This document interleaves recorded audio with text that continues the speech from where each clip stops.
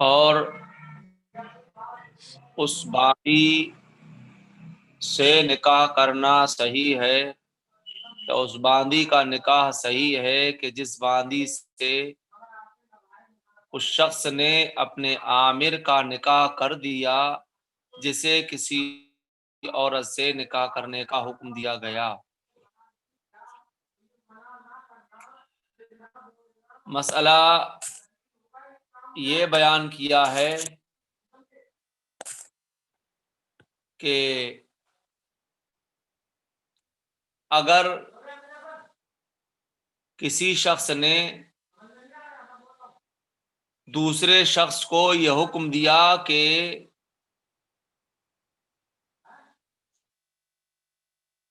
دوسرا شخص پہلے والے شخص کا کسی عورت سے نکاح کرا دے، تو جو مامور تھا جسے نکاح کرانے کا حکم دیا گیا تھا اس نے پہلے والے شخص کا نکاح کسی باندی سے کر دیا، تو اس باندی سے نکاح کرنا صحیح اور درست ہے، بغیر کسی توقف کے یہ نکاح نافذ ہو جائے گا۔ مثال کے طور پر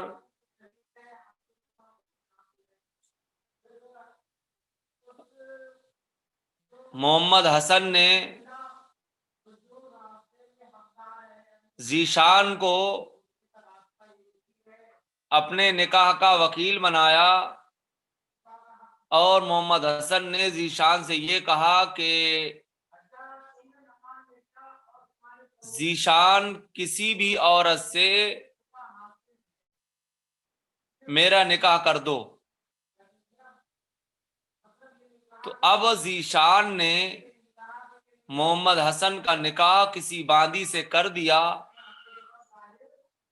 تو یہ باندی سے نکاح کرنا صحیح اور درست ہے، بغیر کسی توقف کے یہ نکاح صحیح اور درست ہو جائے گا۔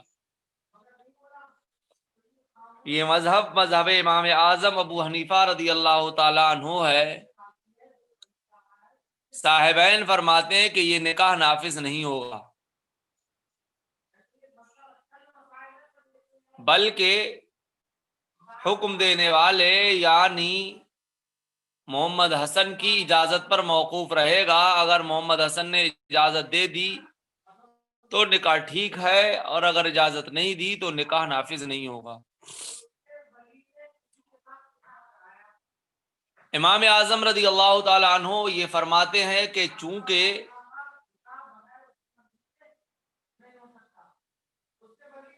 محمد حسن نے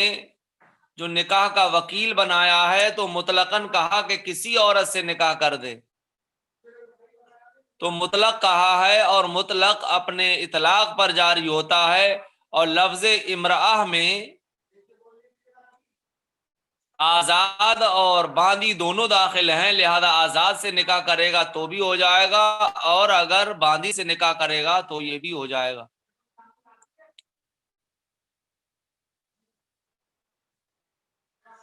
سمجھ آئی بات نہیں آئی آپ کے؟ جی حضرت۔ جی حضرت۔ جی حضرت۔ اور صاحبین یہ فرماتے ہیں کہ چونکہ مطلق ہے، اور مطلق جو ہے وہ متعارف پر محمول ہوتا ہے، کہ عرف میں جیسا سمجھا جاتا ہے ویسے ہی وہ مطلق مانا جاتا ہے، اور عرف عام یہ ہے کہ نکاح جو ہے وہ کفو میں ہوتا ہے،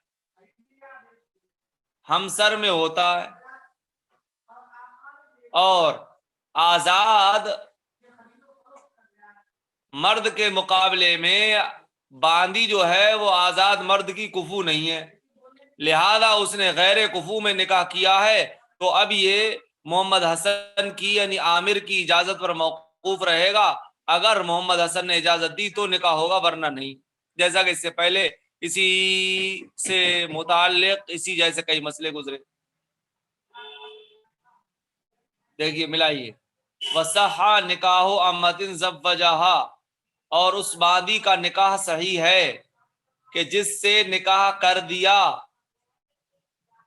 اپنے آمر کا اس شخص نے جسے کسی عورت سے نکاح کرنے کا حکم دیا گیا، اور اس باندی سے نکاح کرنا صحیح ہے کہ جس سے اپنے آمر کا اس شخص نے، یہ آمر جو ہے زوجہ سے متعلق ہے، کہ جس سے اپنے آمر کا اس شخص نے نکاح کر دیا جسے حکم دیا گیا کسی عورت سے نکاح کا۔ اسی بات کو بالکل واضح انداز میں یوں بیان فرما دیا، اے ان وکل ان یزوجہ امرأۃ فزوجہ امۃ، یعنی اگر وکیل بنایا اس بات کا کہ وکیل اس شخص کا نکاح کر دے کسی عورت سے، فزوجہ امۃ، تو وکیل نے عامر کا نکاح کسی باندی سے کر دیا، صحا، تو یہ نکاح صحیح اور درست ہے۔ آگے دیکھیے، وَإِنْكَاحُ الْأَبِ وَالْجَدِّ عِنْدَ عَدَمِ الْأَبِ الصَّغِيرَ وَالصَّغِيرَةَ بِغَبَنٍ فَاحِشٍ فِي الْمَهْرِ أَوْ مِنْ غَيْرِ كُفُوٍ لَا لِغَيْرِهِمَا۔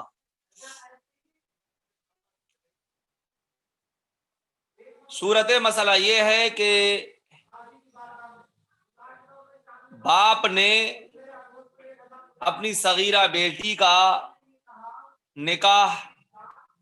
مہر میں غبن فاحش کے ساتھ کر دیا یا غیر کفو میں کر دیا، یا باپ کے نہ ہونے کے وقت دادا نے صغیر اور صغیرہ، پوتی اور پوتے کا نکاح جو ہے مہر میں غبن فاحش کے ساتھ یا بغیر کفو میں کر دیا، تو یہ نکاح صحیح اور درست ہو جائے گا، لازم ہو جائے گا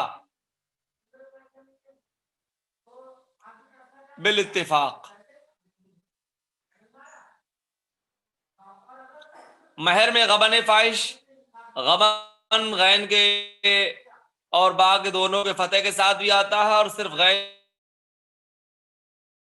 کے فتح یعنی غبن اور غبن۔ غبن کا معنی آتا ہے نقصان، غبن فاحش کھلا ہوا نقصان۔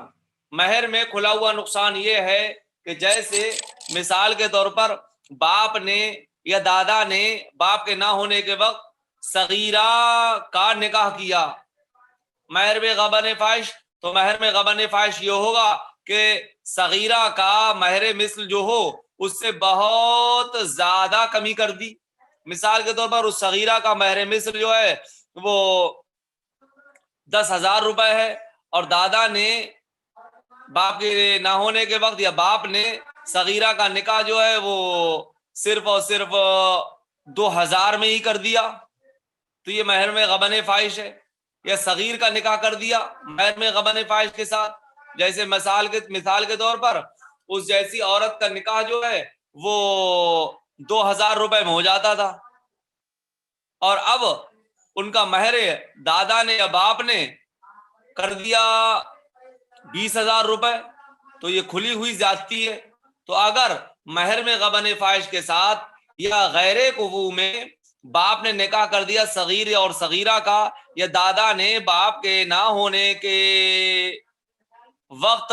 صغیر اور صغیرہ کا نکاح کر دیا، تو یہ نکاح صحیح اور درست ہو جائے گا۔ ہاں اگر باپ اور دادا کے علاوہ نے صغیر اور صغیرہ کا نکاح غبن فاحش کے ساتھ، مہر میں غبن فاحش کے ساتھ یا غیر کفو میں کیا تو نہیں ہوگا۔ آئی بات سمجھ میں نہیں آئی آپ کے؟ جی حضرت۔ جی حضرت۔ رہی بات ہوگا اور یہاں پر کیوں ہو جائے گا لازم، تو اس لیے کہ باپ اور دادا کو ولایت حاصل ہوتی ہے صغیر اور صغیرہ پر، اور ان کے اندر شفقت بھی ہوتی ہے صغیر اور صغیرہ کے تعلق سے، لہذا جب ان کو شفقت ہے صغیر اور صغیرہ پر، لہذا ان کی ولایت نافذ ہوگی اور ان کا نکاح صحیح اور درست ہو جائے گا، لازم ہو جائے گا۔ دیکھیے پہلے اتنا ملا لیجئے، باقی آگے۔ وَإِنْكَاحُ الْأَبِ وَالْجَدِّ عِنْدَ عَدَمِ الْأَبِ الصَّغِيرَ وَالصَّغِيرَةَ بِغَبَنٍ فَاحِشٍ، اور باپ کا نکاح کرنا اور باپ کے نہ ہونے کے وقت دادا کا نکاح کرنا، کس کا؟ صغیر اور صغیرہ کا، مہر میں غبن فاحش کے ساتھ یا بغیر کفو کے صحیح ہے۔ انکاح یجوز انکاح الاب یا نفذ انکاح الاب، باپ اور دادا کا نکاح کرنا نافذ ہو جائے گا مہر میں غبن فاحش کے ساتھ یا بغیر کفو کے، لا لغیرہما، ان دونوں کے علاوہ کا نہیں، اے لا یصح لغیر الاب والجد انکاح الصغیر والصغیرۃ بغبن فاحش فی المہر او من غیر کفو اتفاقا، یعنی باپ اور دادا کے نکاح کرنا مہر میں غبن فاحش کے ساتھ یا بغیر کفو کے صحیح نہیں ہے اتفاقاً، یعنی اس میں اتفاق ہے امام اعظم کا بھی اور صاحبین کا بھی، سب یہی کہتے ہیں کہ نکاح نہیں ہوگا۔ بات رہی ہے کہ باپ اور دادا مہر میں غبن فاحش کے ساتھ نکاح کر رہے ہیں تو یہ صحیح اور درست ہے، یہ مذہب امام اعظم ابو حنیفہ رحمۃ اللہ علیہ ہے۔ امام اعظم فرماتے ہیں کہ یہ نکاح صحیح ہو جائے گا، یہ نکاح جائز ہے۔ صاحبین کا اختلاف ہے، صاحبین یہ فرماتے ہیں کہ یہ نکاح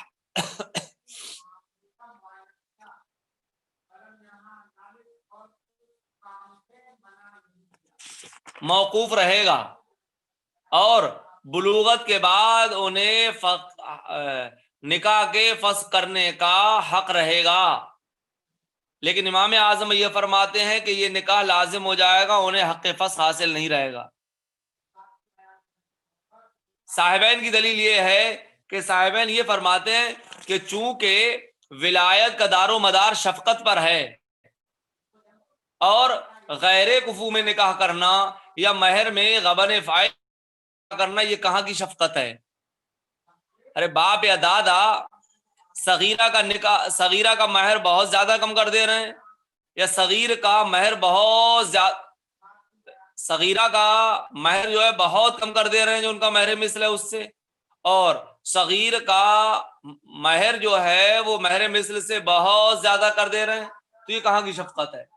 لہذا جب شفقت نہیں رہی تو انہیں ولایت بھی حاصل نہیں ہوگی، لہذا اگر انہوں نے نکاح کر دیا ہے تو انہیں بلوغ کے بعد حق فسخ حاصل رہے گا۔ امام اعظم ابو حنیفہ رضی اللہ تعالی عنہ کا کہ ان کے مذہب کی دلیل یہ ہے کہ امام اعظم فرماتے ہیں کہ باپ اور دادا ایسے ہیں کہ ان کی شفقت کو بہت سارے مواقع پر شریعت نے خود تسلیم کیا ہے، اور اگر مہر میں غبن فاحش کر رہے ہیں یا غیر کفو میں نکاح کر رہے ہیں تو ایسا نہیں ہے کہ صرف اور صرف مہر کو ہی دیکھا جائے یا کفو کو ہی دیکھا جائے، کبھی کبھی ایسا ہوتا ہے کہ مہر کے علاوہ اور بہت دوسری مصلحتیں ہوتی ہیں کہ جو مہر کی مصلحت سے کہیں زیادہ بڑھ کر کے ہوتی ہیں، تو ممکن ہے کہ باپ اور دادا نے مہر کی طرف نظر نہ کی ہو، کفو کی طرف نظر نہ کی ہو، بلکہ اس سے جو اور بہتر مصلحتیں ہیں ان کی طرف نظر کی ہو، اور ان کا نکاح جو ہے وہ مہر میں غبن فاحش کے ساتھ کر دیا۔ جیسے مثال کے طور پر جس کے ساتھ نکاح کیا جا رہا ہے، وہ جس کو داماد بنایا جا رہا ہے وہ عالم ہو، فاضل ہو، اچھا انسان ہو، تو اگر اچھا انسان ہے، عالم و فاضل ہے، تقوی و پرہیزگاری والا ہے، تو داماد کے دوسرے کمالات کی بنیاد پر مہر کی کمی یا کفو میں ہمسری نہ ہونے کو برداشت کر لیا جاتا ہے، لہذا یہ نکاح جو ہے وہ صحیح اور درست ہو جائے گا، اور مہر میں غبن فاحش یا غیر کفو میں نکاح کرنے کو عدم شفقت پر محمول نہیں کیا جائے گا، عدم شفقت نہیں کہا جائے گا۔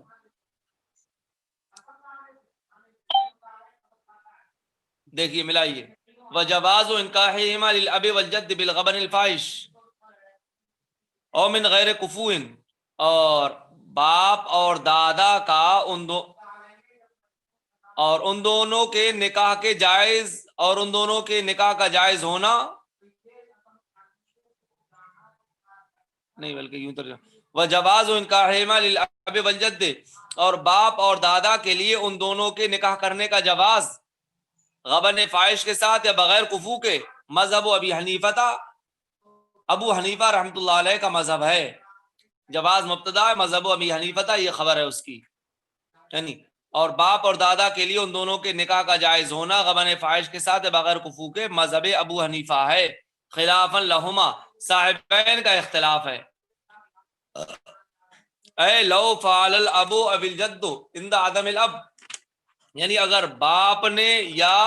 باپ کے نہ ہونے کے وقت دادا نے نکاح کیا، لا یکون للصغیر والصغیرۃ حق الفسخ بعد البلوغ، تو یہ لازم ہو جائے گا صغیر اور صغیرہ کے لیے بالغ ہونے کے بعد فسخ کا حق نہیں ہوگا۔ وَإِن فَعَلَ غَيْرُهُمَا فَلَهُمَا أَن يَفْسُخَا بَعْدَ الْبُلُوغِ، اور اگر باپ اور دادا کے علاوہ نے نکاح کیا تو ان دونوں کے لیے یہ اختیار ہے کہ وہ دونوں بالغ ہونے کے بعد نکاح کو فسخ کر دیں، اس لیے کہ انہیں ولایت نہیں ہے، اور جب ولایت نہیں ہے تو ان دونوں کو اختیار ہوگا۔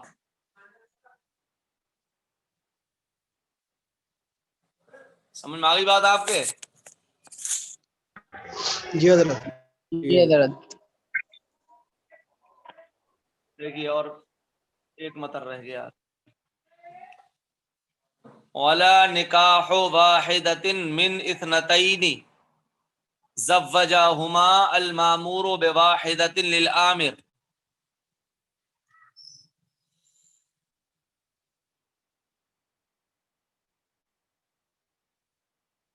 المامور بواحدۃ، یہ واحدہ متعلق ہے مامور سے،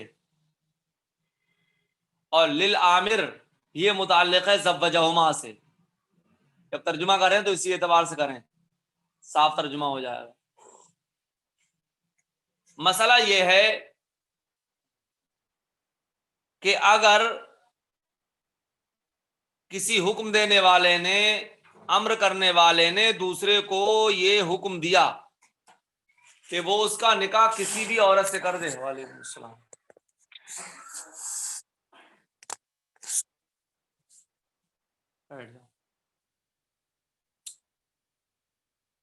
کہ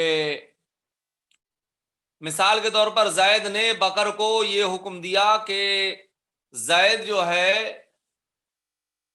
زید نے بکر کو یہ حکم دیا کہ بکر جو ہے وہ زید کا نکاح کسی عورت سے کر دے۔ اب بکر نے زید کا نکاح ایک ہی عقد میں دو عورتوں کے ساتھ کر دیا، یعنی اسے حکم یہ دیا گیا تھا کہ وہ کسی ایک عورت سے، بکر کسی ایک عورت سے زید کا نکاح کر دے، اور بکر نے ایک ہی عقد میں، ایک ہی مجلس میں دو عورتوں کے ساتھ نکاح کر دیا زید کا، تو جو دو عورتوں کے ساتھ ایک ہی عقد میں نکاح کیا ہے ان دونوں میں سے کسی سے زید کا نکاح صحیح اور درست نہیں ہوگا۔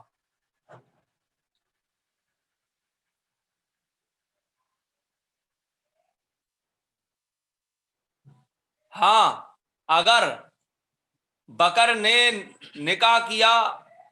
دو عقدوں میں، کہ پہلے ایک عقد کیا اور ایک عقد میں ہندا کے ساتھ زید کا نکاح کر دیا، اور پھر اس کے بعد میں دوسرا عقد کیا کہ دوسرے عقد میں خالدہ کے ساتھ نکاح کر دیا زید کا، تو اب دو عقدوں میں کیا ہے تو جو پہلا عقد ہے یہ صحیح اور لازم ہو جائے گا، اور جو دوسرا عقد ہے یہ لازم نہیں ہوگا بلکہ زید کی اجازت پر موقوف رہے گا۔ اگر زید جائز قرار دے دے تو نافذ ہو جائے گا، اور اگر زید جائز قرار نہ دے تو نافذ نہیں ہوگا۔ سمجھ میں آئی بات آپ کے؟ نہیں آئی؟ جی۔ کیونکہ اس لیے کہ زید نے جو وکیل بنایا ہے، جو امر کیا ہے، وہ کسی ایک عورت سے، غیر معینہ ایک عورت سے نکاح کرنے کا حکم دیا، نہ کہ دو سے۔ تو لہذا اگر اس نے دو سے نکاح کر دیا ایک ہی عقد میں تو دونوں سے تو نکاح ہو نہیں سکتا، اس لیے کہ دو کا تو اس نے حکم ہی نہیں دیا بیک وقت۔ اب رہا معاملہ یہ کہ ایک ہی عقد میں دو سے نکاح کیا ہے تو ان میں سے کسی ایک سے ہو جائے، کہتے ایک سے بھی نہیں ہو سکتا۔ ایک سے اس لیے نہیں ہو سکتا کہ ان میں سے کس سے ہوگا؟ اگر جس ایک سے آپ مانیں گے تو ترجیح بلا مرجح لازم آئے گی،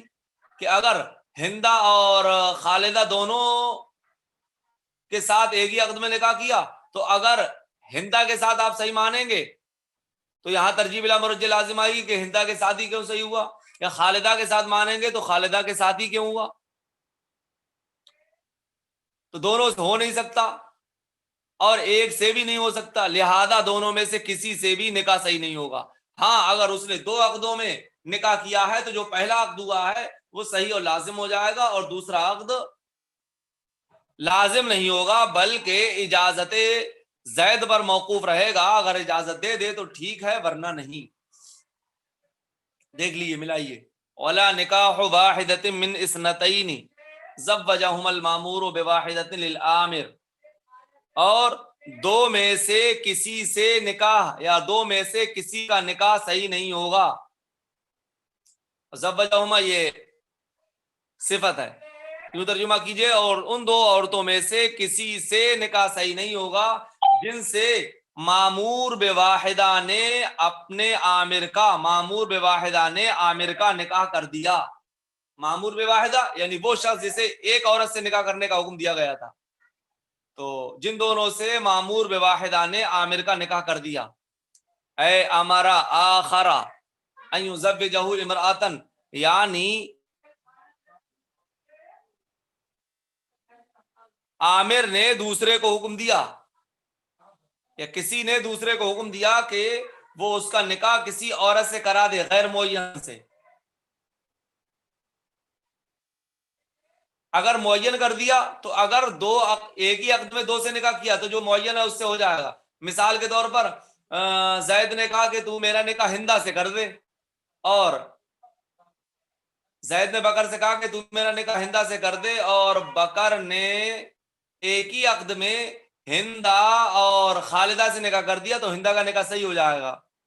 اس لیے کہ وہ معین ہے، اس لیے امراۃ نکرہ لے کر کے آئے، یعنی اگر کسی نے دوسرے کو حکم دیا کہ وہ اس کا نکاح کسی غیر معین عورت سے کر دے، فزوجہ امرأتین، تو مامور نے عامر کا نکاح 2 عورتوں سے کر دیا، بعقد واحد، ایک ہی عقد میں، لا یصح نکاح کل واحدۃ منہما، تو ان دونوں میں سے ہر ایک کا نکاح صحیح نہیں ہے۔ اما اذا زوجہ بعقدین، لیکن جب نکاح کیا 2 عقدوں میں، فالاول صحیح، تو اول صحیح ہے، دون ثانی، ثانی صحیح نہیں ہے۔ سمجھ میں آ گئی بات؟ جی حضرت۔ کیوں؟ جی